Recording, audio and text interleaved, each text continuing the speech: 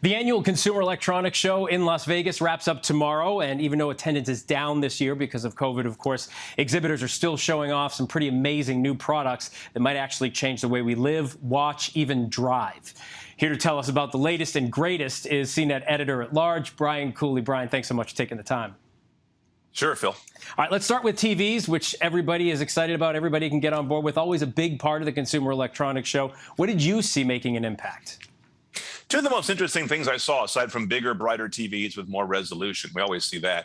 Samsung has a gaming hub built into some of their new TVs, which will bring in other cloud gaming services, which are red hot going forward, and build those into the TV.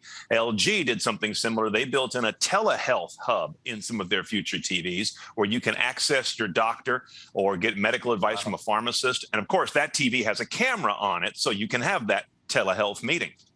Wow, that's wild. I wonder if that comes out of the last 2 years that we've been dealing with. Big theme for the last few years has been the smart home, with lots of electronics for everyday living. So what stood out to you this year at the show? Well, related to TVs, actually, is this interesting remote control that is easily lost anywhere in the home. But at least when you do find it, it's going to have a charge because it doesn't have batteries. It charges either via solar, which is actually not a new trick, but now via radio waves. We also saw what I think is the first successful robotic vacuum that will also do wet mopping. So regardless of what surface it goes over, it can either dry vac or it can wet mop. Now, we haven't tried it yet, but that's kind of a breakthrough. And so we're starting to see more and more of the everyday drudgery of the house get handled. Well, if they could just put an alarm on the remote so when mine slips in between the cushions, it lets me know. That would be a good one. Tell them about that at next year's show. Another big topic at the CES is always cars, one of my favorites. Let's start off with electric vehicles. What made a splash this year?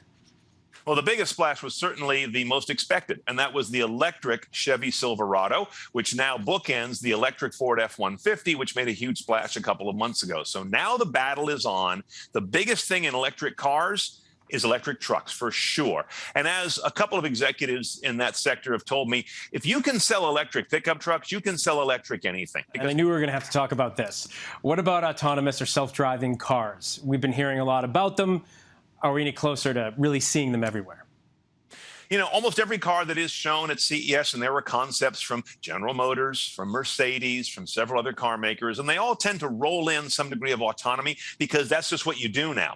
That doesn't indicate that we're getting radically closer to it. What I see happening is a fork in the road, so to speak. Autonomy is going to, I think, have more traction sooner in things like ride services, fleets, delivery vehicles, things of that nature, where you know what the job is and you've got a high degree of utilization. The thing is on the road a lot, and therefore it can earn back the cost of all that R&D to make it autonomous. What I think will come much later is going to be a highly autonomous, fully self-driving car parked in our driveways because we don't use those cars enough, and there's less motivation, to be honest. And of course, the trust factor after all of that.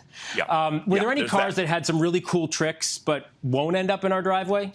Yeah, you probably heard about this BMW that can change colors. It can only change between two colors. It's not like red, blue, green.